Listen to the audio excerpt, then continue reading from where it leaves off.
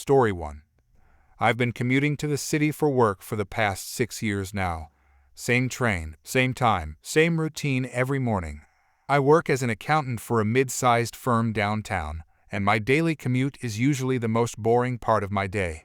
I catch the 7:42 train from our suburban station, and it gets me to the city just in time for my 8:30 start. The morning rush is always crazy, but most people are pretty decent about following basic courtesy rules. Our local train station is one of those older buildings that wasn't designed for the number of people who use it now. There's only one ticket window that opens early enough for the morning commuters, which means everyone has to wait in the same line if they need to buy tickets. Most of us regulars have monthly passes or use the mobile app, but there's always a handful of people who need to buy single tickets. This morning started like any other Tuesday.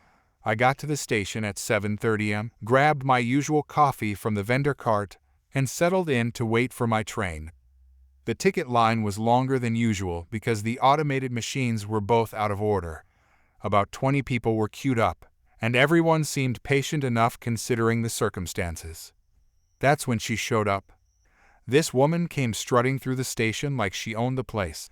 She had that look that immediately tells you someone thinks they're more important than everyone else. Designer everything, talking loudly on her phone, completely oblivious to the fact that other people existed around her. She walked straight past the entire line of people waiting for tickets and planted herself right at the front. The guy who had been waiting there for probably 15 minutes just stared at her in disbelief. First guy in line, "Excuse me, the line starts back there." "Karen, I don't have time to wait in line. I have urgent business in the city." She said it like that explained everything and made her exempt from basic social rules. Second person in line, "We all have places to be." The line starts at the back. "Karen, look, I don't think you understand. I have an extremely important meeting this morning. I can't afford to be late." She was still talking on her phone while having this conversation, which made it even more obnoxious. The ticket clerk looked uncomfortable but didn't say anything yet. Third person in line, "Lady, everyone here is trying to get to work. Get in line like everyone else." That's when Karen completely lost it. "Karen, excuse me? Do you know who I am? I am a very important person in this community. I don't wait in lines." She hung up her phone and turned to face the growing crowd of annoyed commuters. "Karen, I have urgent business meetings with city officials today. This is a matter of public importance." Guy at back of line, "So does everyone else here. We all have jobs." The crowd was getting bigger as more people arrived for the morning train. Word was spreading about the line crasher, and everyone was getting frustrated. "Karen, if any of you continue to harass me, I'm calling the mayor's office. I have his direct number." She pulled out her phone and waved it around like it was some kind of authority badge. Fourth person in line, "Call whoever you want. You still need to wait in line." The ticket clerk finally spoke up. "Ticket clerk, ma'am, I'm going to need you to go to the back of the line. We serve customers in the order they arrive." "Karen, are you kidding me right now? Do you see how long that line is? I'll miss my train." "Ticket clerk, everyone in line is trying to catch the same train. Please move to the back." "Karen, no, I refuse. This is discrimination. I'm being targeted because I'm successful." That's when I heard the announcement that our train was approaching the platform. Everyone in the ticket line started getting more anxious because they knew they might miss it. Multiple people moved to the back of the line. "Karen, I'm calling security. This is harassment." Ironically, she got her wish. 2 transit security officers had been watching the situation develop and decided to intervene. Security Officer 1, "What seems to be the problem here?" "Karen, finally, these people are harassing me and preventing me from buying my ticket." Security Officer 2, "Ma'am, I need to see your ticket, please." "Karen, I'm trying to buy one. That's why I'm here." Security Officer 1, "You need to wait in line like everyone else to purchase a ticket." "Karen, I already told everyone. I have urgent city business. I shouldn't have to wait." Security Officer 2, Ma'am, can I see your ticket or proof of purchase? Karen, I don't have one yet. I'm trying to buy one if these people would stop bothering me. That's when the security officers realized she didn't actually have a valid ticket to even be on the platform area. Security Officer 1. Ma'am, you need a valid ticket to be in the platform area. If you don't have one, you need to purchase one from the back of the line or leave the station. Karen, this is outrageous. I'm calling the mayor right now. She started dialing her phone frantically while the two officers watched patiently. Security Officer 2. Ma'am, you're disrupting other passengers and attempting to skip in line. I'm going to need you to either get in the proper line or leave the station. Karen, hello? Hello? Is this the mayor's office? I need to report a situation at the train station. We could all hear that she was getting some kind of automated message, not actually talking to anyone important. Security Officer 1. Ma'am, please hang up the phone and either get in line or leave. Karen, they're putting me on hold. This is unacceptable. Meanwhile, our train was pulling into the station, and everyone in the ticket line was realizing they were about to miss it. Multiple commuters, just remove her. We're going to miss our train. The security officers looked at each other and made a decision. Security Officer 2. Ma'am, you're being disruptive and you don't have a valid ticket. You need to leave the station immediately. Karen, you can't make me leave. I have rights. I'm a taxpayer. Security Officer 1. You can either leave voluntarily or we'll escort you out. Karen, this is illegal. I'm documenting everything. I'm taking all of your badge numbers. She was trying to take photos of the officers while still holding her phone to her ear, waiting for someone at the mayor's office to pick up. Security Officer 2. Ma'am, let's go. You need to leave now.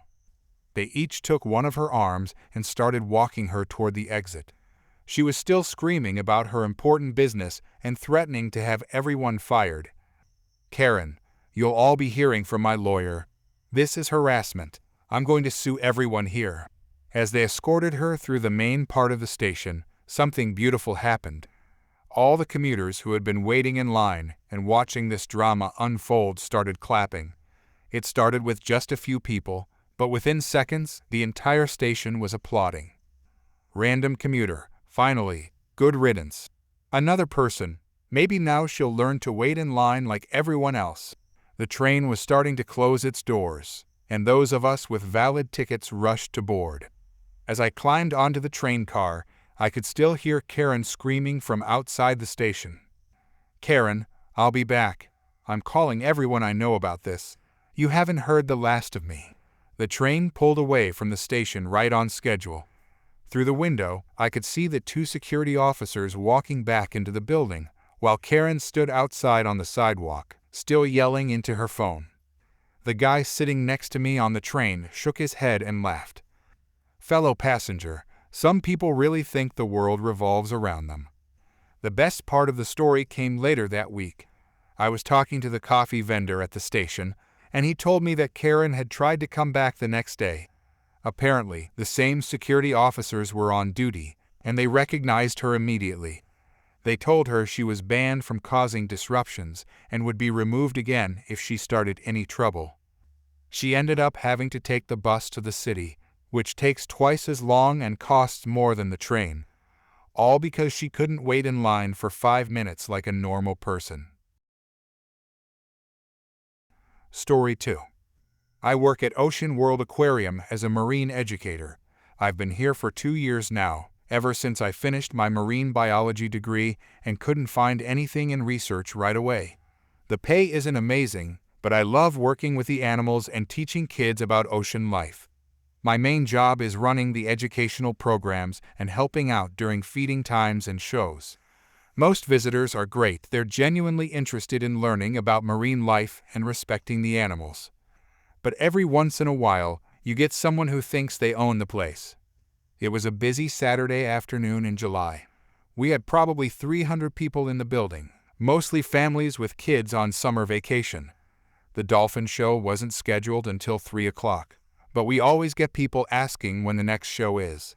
Usually, when I explain the schedule, people are understanding. They'll go look at other exhibits and come back later. I was cleaning the touch pool area when this woman came marching up to me like she was on a mission.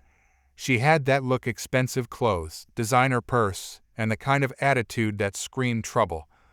"Karen, excuse me, I need you to make the dolphins perform right now." Me, "I'm sorry, but the dolphin show isn't until 3 o'clock. It's only 2 right now, but there's plenty to see until then."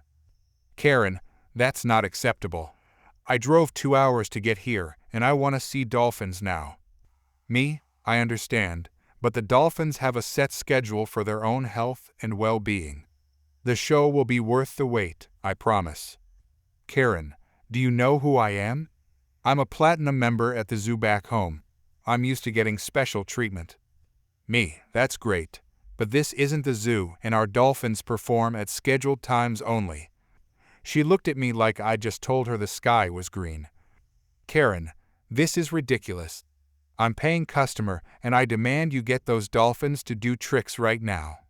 Me, "Ma'am, I can't make the dolphins perform outside of show times, but I'd be happy to tell you about our other exhibits. The shark tunnel is really popular, and we have feeding time at the seal habitat in 20 minutes. "Karen, I don't care about sharks or seals. I came here for dolphins and I'm getting dolphins." She turned around and started walking toward the main dolphin habitat. I followed her because I could tell this wasn't going to end well.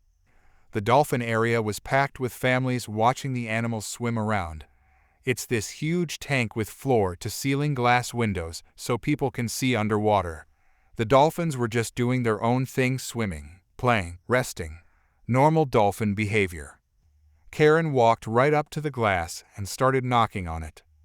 "Karen, hey, dolphins, do some tricks." Me, "Ma'am, please don't tap on the glass.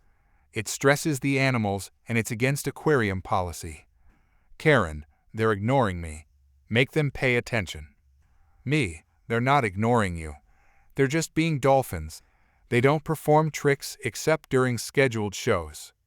She completely ignored me and started banging on the glass harder. "Karen, dolphins, I'm talking to you." Other visitors were starting to stare and move their kids away from her. I could see parents giving me looks like, "Are you going to do something about this?" Me, "Ma'am, I'm going to have to ask you to stop banging on the glass immediately." "Karen, I paid good money to see these dolphins do something interesting, not just swim around like boring fish." She started hitting the glass even harder, using both hands now. The sound was echoing through the whole area, and you could tell it was bothering the dolphins. They started swimming to the far end of their habitat. Me, "Stop. You're disturbing the animals and other guests." "Karen, good. Maybe now they'll do something worth watching." That's when the security alarm started going off. Apparently, the vibrations from her banging triggered the tank security system that's designed to detect if something's wrong with the glass or if someone's trying to break in. Suddenly, there were staff members running from every direction. My supervisor, 2 security guards, and the head marine biologist all showed up within 30 seconds. "Supervisor, what's happening here?" Me, "This guest was banging on the dolphin habitat glass and triggered the security system." "Karen, I was trying to get their attention because your lazy staff won't make them perform." Head biologist, "Ma'am, that behavior is extremely dangerous for the animals and could damage the habitat. You need to leave this area immediately." Karen, "I'm not going anywhere until I see some dolphins do tricks." Security guard, "Ma'am, you've violated multiple aquarium policies. We're going to have to escort you out."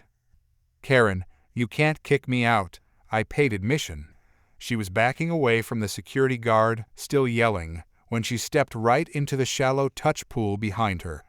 It's only about a foot deep, but she went down hard and got completely soaked. The splash was huge. Water went everywhere, and she came up sputtering and screaming even louder than before. Her designer clothes were dripping wet, and her perfectly done hair was plastered to her head. Karen, "This is assault. I'm suing all of you." She tried to climb out of the touch pool, but slipped again and went down a second time. A bunch of kids who had been watching started giggling, and their parents weren't even trying to hide their smiles. Security guard, "Ma'am, we need you to exit the building now." Karen, "I want my money back. This place is a disaster and your staff is incompetent." Supervisor, "Your admission will not be refunded. You violated multiple safety policies and disturbed both the animals and other guests." Two security guards helped her out of the touch pool and started walking her toward the exit. She was dripping water all over the floor and leaving a trail behind her. Karen, "This is discrimination. I'm calling the police. I'm calling the news. Everyone's going to hear about this." As they escorted her through the main lobby, more and more people started noticing what was happening. She was still screaming about refunds and lawsuits while water dripped from her clothes. When they finally got her to the front doors, a bunch of families who had witnessed the whole thing actually started clapping. Not loud applause, but that slow clap you hear when someone finally gets what's coming to them. Karen, "You're all pathetic. I hope this place gets shut down." The doors closed behind her, and suddenly the whole aquarium felt peaceful again. Kids went back to enjoying the exhibits. The dolphins came back to the front of their habitat, and everything returned to normal. But the best part happened about an hour later during the actual dolphin show. The amphitheater was packed, and our lead trainer was doing the introduction when she mentioned that the dolphins had been a little stressed earlier due to an incident. Trainer, "But don't worry, they're feeling much better now and ready to show you some amazing behaviors." One of the kids who had seen Karen's meltdown raised his hand. "Kid, is this about the crazy lady who fell in the touch pool?" The whole audience burst out laughing, including the trainer. Word had spread throughout the aquarium, and everyone knew about the woman who demanded a private dolphin show and ended up taking an unexpected swim instead. My supervisor told me later that Karen did try to call and complain to corporate, but when they reviewed the security footage, they actually banned her from all their locations. Apparently, banging on animal habitats is taken very seriously by aquarium management. The dolphins, by the way, put on one of their best shows that afternoon.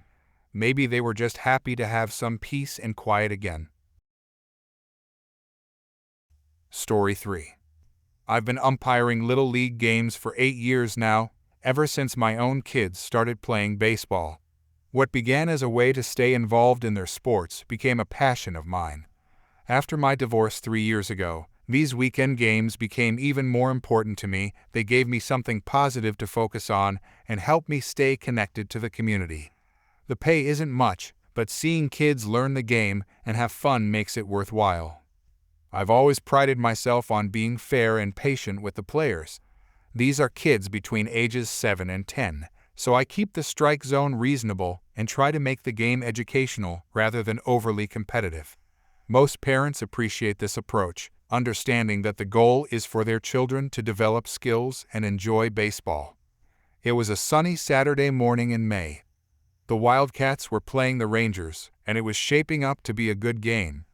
Both teams were evenly matched, and the kids were having fun. I was behind home plate calling balls and strikes when the Rangers came up to bat in the 4th inning. Their first batter struck out swinging on 3 pitches. Clean strikes, no question about them. As he walked back to the dugout, I heard shouting from the bleachers. "Karen, that wasn't a strike. You're blind, umpire." I glanced over but didn't respond. Parents sometimes get worked up, and I've learned it's better to ignore minor outbursts. The next batter came up. "Karen, my son didn't get a fair chance. Those weren't real strikes." The Rangers coach walked over to calm her down, but she was getting louder. Her son, who was sitting in the dugout, had his head down and looked embarrassed. "Me, play ball." I called the next batter's first pitch a ball. It was clearly outside, but I heard Karen yell again. "Karen, see? Now you're calling balls. You were calling strikes on balls for my son." The other parents in the stands started shushing her, but she wasn't backing down. The current batter swung and missed at the next pitch. "Me, strike 1. Karen, that's exactly like the ones you called on my son. Be consistent." I had been consistent. Her son had swung and missed at 3 good pitches, just like this current batter had swung and missed. The Rangers coach tried talking to her again, but she pushed past him. Karen, I demand my son gets another turn at bat. She was walking toward the field now. I held up my hand to stop play. Me, ma'am, please return to the stands. Parents aren't allowed on the field. Karen, my son was cheated. He deserves another at bat. Rangers coach, please, go back to your seat. Your son had a fair turn. Karen, no, this umpire is biased against my child. She stormed past the coach and walked straight toward home plate. All the kids on both teams were staring now. Her son looked like he wanted to disappear. Me, ma'am, you need to leave the field immediately, or I'll have to stop the game. Karen, I'm not leaving until my son gets justice. The current batter was still standing at the plate, holding his bat and looking confused. Karen suddenly lunged forward and grabbed the bat right out of his hands. Karen, my son needs this bat. He's taking another turn right now. Current batter, hey, that's my bat. Me, ma'am, return that bat and leave the field now. Karen, my son, get over here and take your real turn at bat. Her son remained in the dugout, shaking his head and looking mortified. The other kids on his team were trying to comfort him. Wildcats coach, I'm calling this in. This has gone too far. Karen was now standing at home plate with a stolen bat, demanding her son come take another turn. Both team coaches approached her cautiously. Rangers coach, you're holding up the game for everyone. Please give back the bat. Karen, not until my son gets treated fairly. Me, ma'am, if you don't return that bat and leave the field, I'm stopping this game entirely. Karen, fine, stop the game. Everyone will see how unfair you are. She threw the bat on the ground and crossed her arms defiantly. I immediately called time and walked over to the coaches. Me, I'm suspending play until this situation is resolved. Both coaches nodded, and one of them was already on his phone with league officials.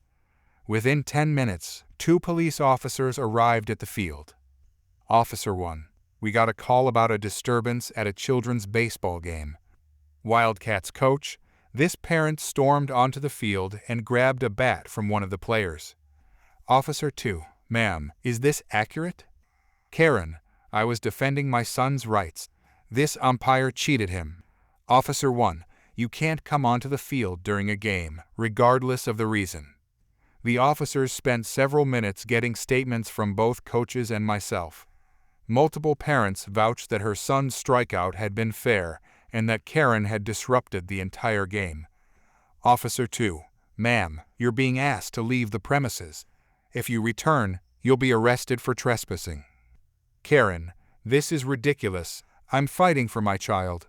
As the officers escorted Karen to her car, her son finally spoke up from the dugout. Son, Mom, please just go home. You're making it worse. The poor kid was crying now. His teammates gathered around him supportively while his mother continued arguing with the police in the parking lot. After Karen left, I gathered both teams together. Me, I'm sorry you all had to see that. Sometimes adults don't handle things well, but that doesn't change how proud I am of how you've all been playing today. We resumed the game, and the kids quickly got back into the spirit of it. Karen's son played the rest of the game quietly, but his teammates made sure to encourage him every time he made a good play in the field. After the game ended, I approached both coaches with an idea. Me, I feel bad that the kids had to deal with that drama. I've got some pizza coupons from my restaurant sponsor. Mind if I give them to all the players? Rangers coach, that's really thoughtful of you. Wildcats coach, the kids would love that. I handed out pizza coupons to every player on both teams. Karen's son smiled for the first time all day when he got his coupon. Karen's son, thank you, sir, and I'm sorry about my mom. Me, you don't need to apologize for anyone else. Kiddo, you played great today. As the families packed up their gear, several parents came over to thank me for handling the situation professionally. Karen's son left with another family. Apparently his father was picking him up later since his mother was no longer welcome at the games. The league director called me that evening to let me know Karen had been banned from all future games for the rest of the season. Her son could still play, but she couldn't attend. Honestly, I think that was the best possible outcome for everyone, especially that kid. Story 4. I've been volunteering with the city's Parks and Recreation Department for about 2 years now. It started when my own kids were younger and wanted to attend all the summer events. Now they're teenagers and too cool for family activities. But I kept volunteering because I enjoy helping organize community events. Our summer outdoor movie nights are really popular. We set them up in the main city park with a huge inflatable screen and a sound system. Families bring blankets, lawn chairs, and snacks. It's always a great atmosphere with kids running around before the movie starts and everyone settling in together once it gets dark. The setup is pretty simple. We have a large open area in front of the screen where people can spread out however they want. It's general admission, so everyone pays the same $5 ticket price online or at the gate. Most people are considerate about where they set up, especially families with small children who need to sit closer to see the screen properly. Last Friday, we were showing a popular animated movie that a lot of families had requested. I arrived early to help set up the projector and sound equipment. By the time the sun started setting, we had about 100 people spread out on blankets and in lawn chairs. Everything was going smoothly until about 10 minutes before showtime. This woman showed up carrying what looked like a throne. It was one of those massive camping chairs with cup holders, a footrest, and a canopy. The thing was enormous. Instead of finding an appropriate spot in the back or along the sides, she marched right to the front center area where several families with young kids had already set up their blankets. Karen, excuse me, I need to set up my chair here. Family with kids, oh, we're already settled in here. There's plenty of space further back. Karen, no, I paid for premium seating. I need to be right here.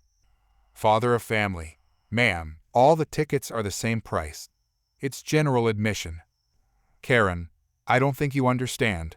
I bought the most expensive ticket option online.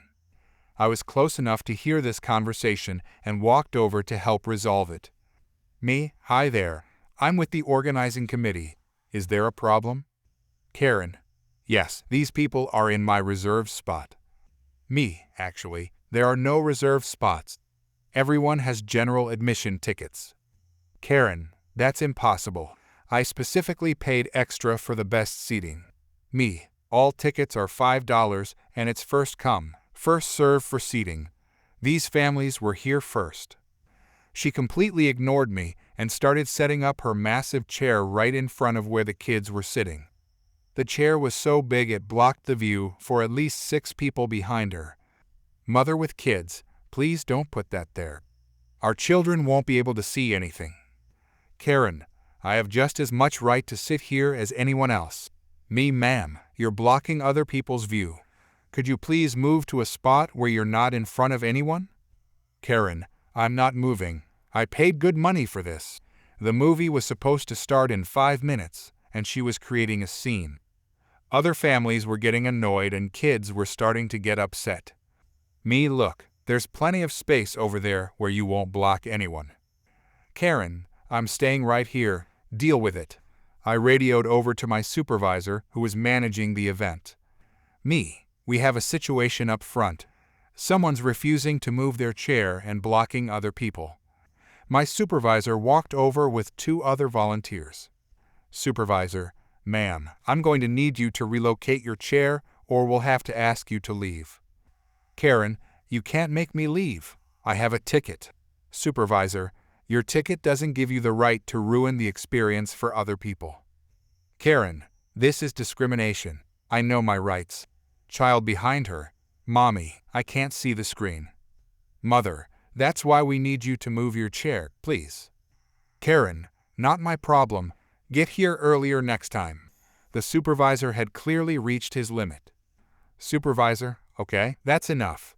You have 30 seconds to move voluntarily or we're moving you ourselves. Karen, you wouldn't dare touch me. Supervisor, actually, we would. This is a public event, and you're disrupting it for everyone else." True to his word, when she refused to budge, my supervisor and 2 other volunteers simply picked up her chair with her still in it and carried her to the side area. The entire crowd burst into applause and cheering. Kids were clapping and parents were laughing. Random audience member, "Thank you. Finally."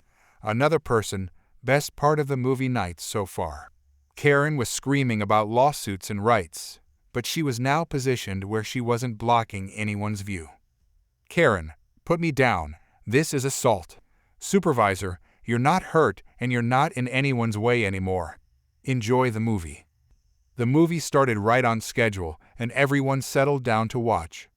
Karen sat in her ridiculous chair muttering complaints for about 20 minutes before she finally packed up and left in a huff. After she was gone, several families came over to thank us for handling the situation. Grateful parent, thank you so much. Our kids would have missed the whole movie because of that chair. Another parent, I can't believe someone would be so selfish at a family event. The rest of the evening went perfectly. Kids enjoyed the movie, families had a great time, and we got tons of positive feedback about how we handled the difficult situation. Word spread quickly through the community about the chair incident. By the next week, it had become a local legend, and several people mentioned it when buying tickets for future events. The best part is that our next movie night had record attendance, with many people specifically mentioning they wanted to support events where organizers actually enforce common courtesy. Story 5. I've been working in hotel management for about 8 years now. Started as a front desk clerk right out of college and worked my way up to assistant manager at this downtown location.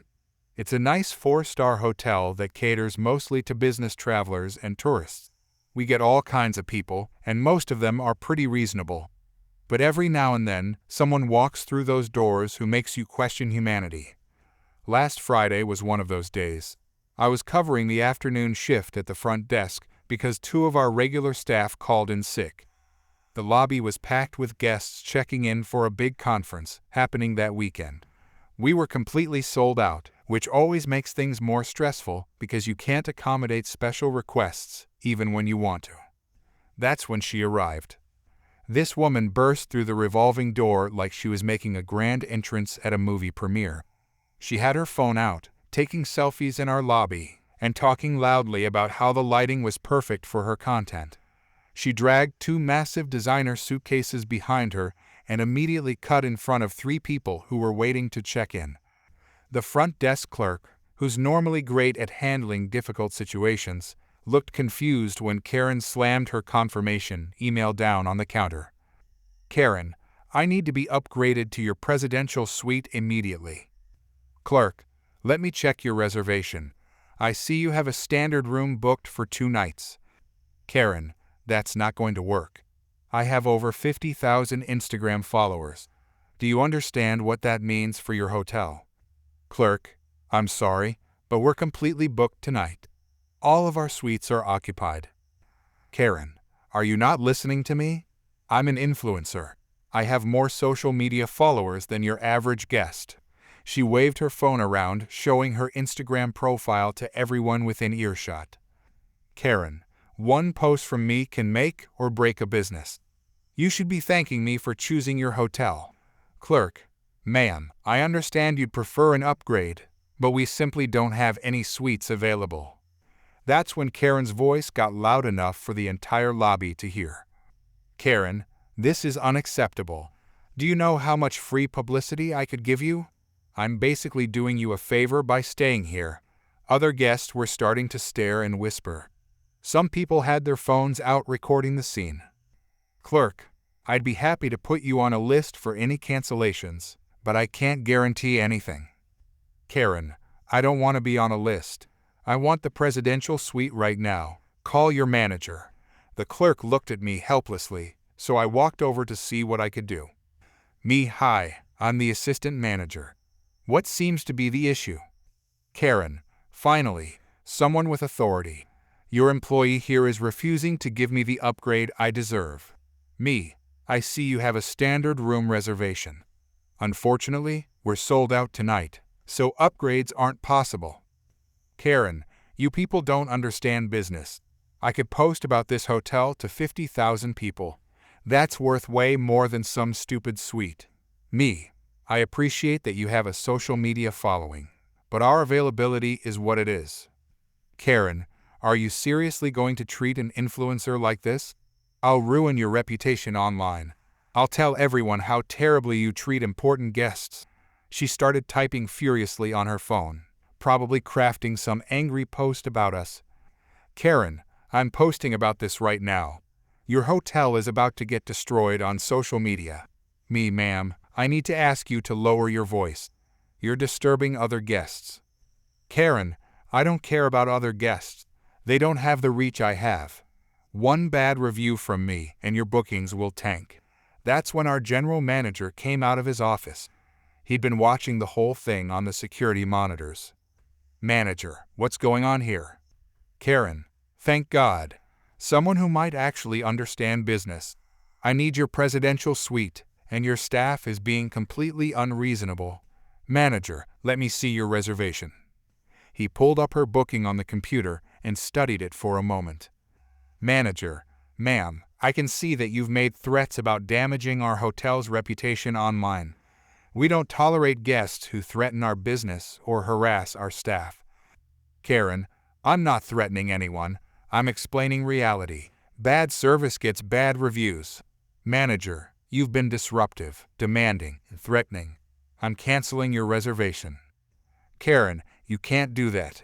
Manager, actually, I can. Please collect your belongings and leave the property. Karen's face went completely red. Karen, this is illegal. I paid for this room.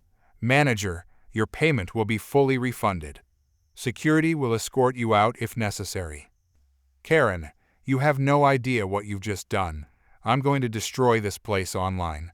She started grabbing her suitcases while continuing to rant about her follower count and how we'd regret this decision. Karen, 50,000 people are going to hear about this. As she dragged her luggage toward the door, something amazing happened. The other guests in the lobby started laughing and some even started clapping. One businessman called out that he'd leave us a 5-star review just for handling the situation so well. Random guest, good riddance. Some of us are trying to check in quietly. Karen spun around at the door for one final threat. Karen, all of you will be sorry. I'm posting everything. This hotel is finished. The revolving door closed behind her, and the lobby immediately felt more peaceful. The manager turned to address the other waiting guests. Manager, we apologize for that disruption. Let's get everyone else checked in properly. The whole lobby erupted in appreciative murmurs and thank yous. Several guests came up later to compliment how we handled the situation.